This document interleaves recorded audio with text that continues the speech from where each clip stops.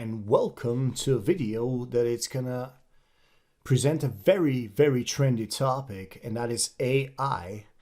And we're gonna look at AI in Excel. So where do we find it in Excel and how can we utilize it in Excel? Now we're gonna talk about three things, so three ways how to utilize AI in Excel, and the first one will be flash fill, right? So flash fill, the way you should think about it is, it's as if someone is watching you. Someone is watching what you're doing, and it's always trying to help you, right? So if he sees a pattern in what you're doing, he's gonna say, okay, look, I think you're doing this, and if I'm correct, just press enter and that is it, right? And let me show you what you can do. So here we have some names and last names of totally random people, and now I want to join those together, and I want to go even a step further. I want the names to be in all caps, and then the last name I want the same as it is now. So the first one should obviously be John Lennon, like this, right? And now I get to the second one. Excel is doing nothing right now, but if I just start typing the second one, Excel is saying, look, you know, I'm recognizing some patterns here, and if this is what you want, then just press enter. And that is it, right? This should be one of the best things you've ever seen, period, right? Okay, we joined this together. Now that is not so hard. You could do it with a formula, you could do it with concat, you could do it with text join. There are many ways to join text in Excel, but what about this? What about bringing text, you know, just taking the names out of a full name? Let's try and do that. And again, let's try to add something to it. So let's go all caps. So like this. And then we start the second one, and there it is. But did it do it correctly? No, it did not. But why did it not do it correctly? Well, basically it did it correctly, but it did it correctly because I told it what to do the wrong way. Do you see what it did? It just took the middle names out wherever it found them. Wherever it found them. That's profound, right? But let's try it another way. Let's try it, okay, what if I just want John Winston, right? If that's what I want, what are you going to do now? And now it's a bit lost. So I'll go Paul James, or actually, let me show you something else. So it was lost. I could have gone doing this one whole, and then over here, it would probably know what it's doing. It still doesn't know. But okay, so if it doesn't know, what you do is you place yourself on the last thing that you wrote, or you select the entire column that you're trying to fill.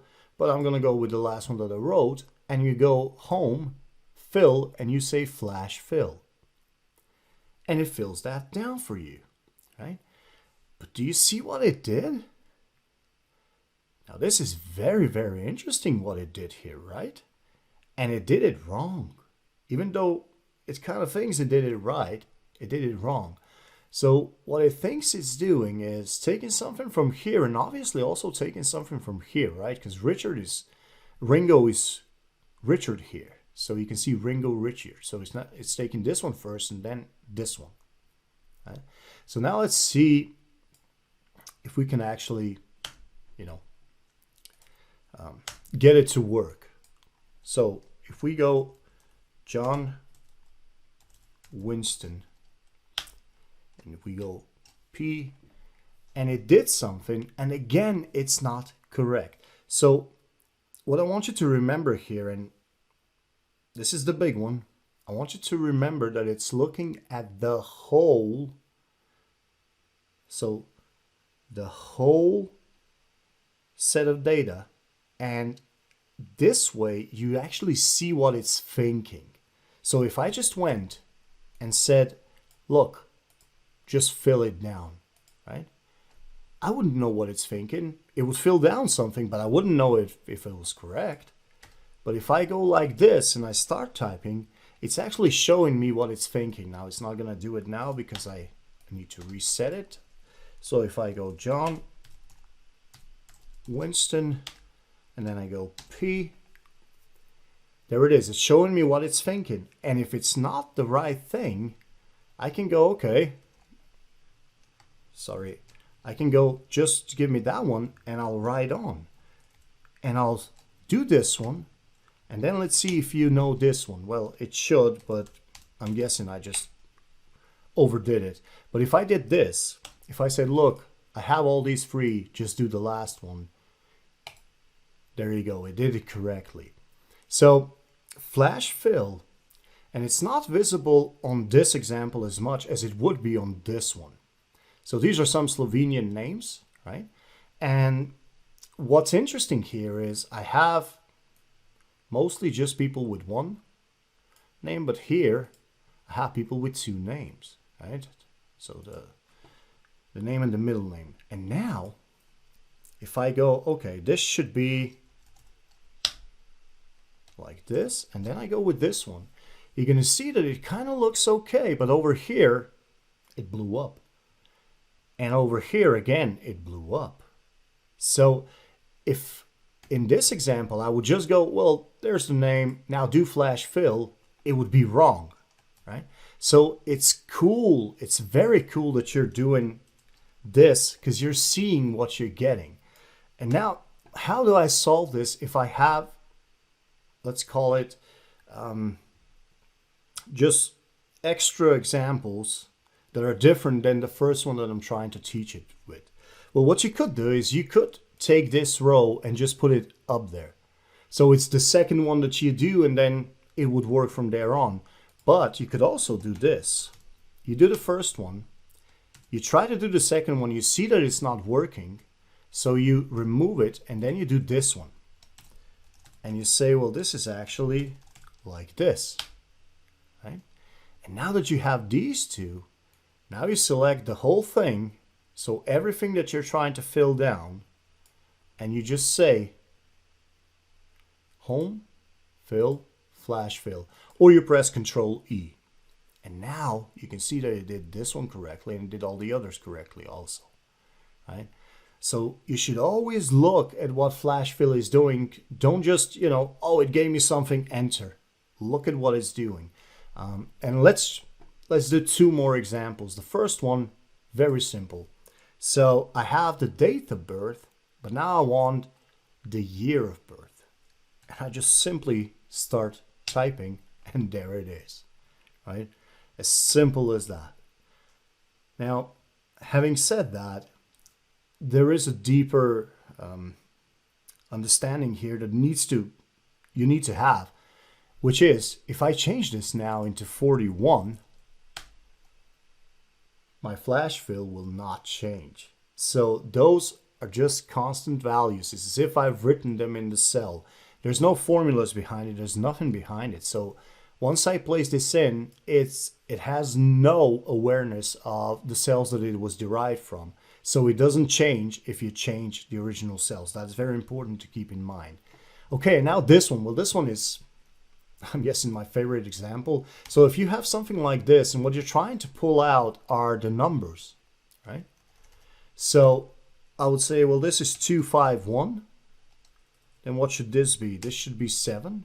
What should this be? This should be 100. And then I'm already at the end, so that was not a very good example. But let's see if we can kind of change that. If this is 251, what should this be then? Oh, and there it goes. It did recognize it, right? But I can see that, well, it recognized the 7 correctly, but then the 100 and the 5 are wrong. So I'll just do what I did over here. So I'll do the 100. Oh, and I'll do it in the same way I did the first one, so it doesn't get confused. And then like this, and flash fill. And there it is. Brilliant. Okay, and now let me show you this on a far greater example, which is this. All right, again, some funny Slovenian words, but I'm again just trying to get to these numbers. And here's where I want you to really look at the examples, as they do point out how this works. So I'm going to do the first one, let's say 12. And then I'm going to say, well, what's from here on out, right? And this is where you really need to get back to what I told you in the beginning. It's looking at you and it's thinking what you want. What do you want? And what it's offered me at this point is, well, this has got to be 22. Now, where it's getting that, I'm not even sure. Maybe it's taking the ID and the first,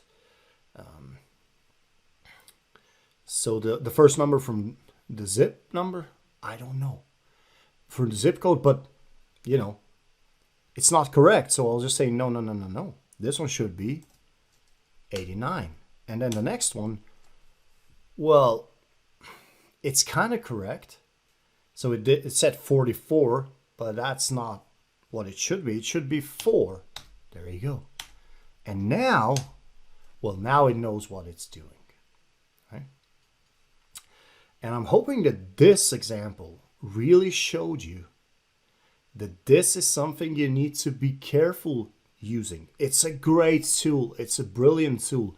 If I wrote a formula that gets the last, so just this number out of here, the formula would be this long, and you don't need to, you can just go with flash fill, but you need to be looking at it carefully, because as you can see, it guessed wrong 2 times before it gave me the right answer. And there's nothing wrong with that, right? It's trying to help me. There's no way of saying it's exactly what I need, but that's why I'm here. I can look at it and I can say, okay, that's what I need, enter, right? And this is why this method that I showed you is far better than just doing the first one and then saying, well, flash fill, because you never know what you're going to get. No, not the box of chocolates type, but you know what I mean. So like this, fill, flash fill, it's not even recognizing anything. Now it's saying, I have no idea what is happening.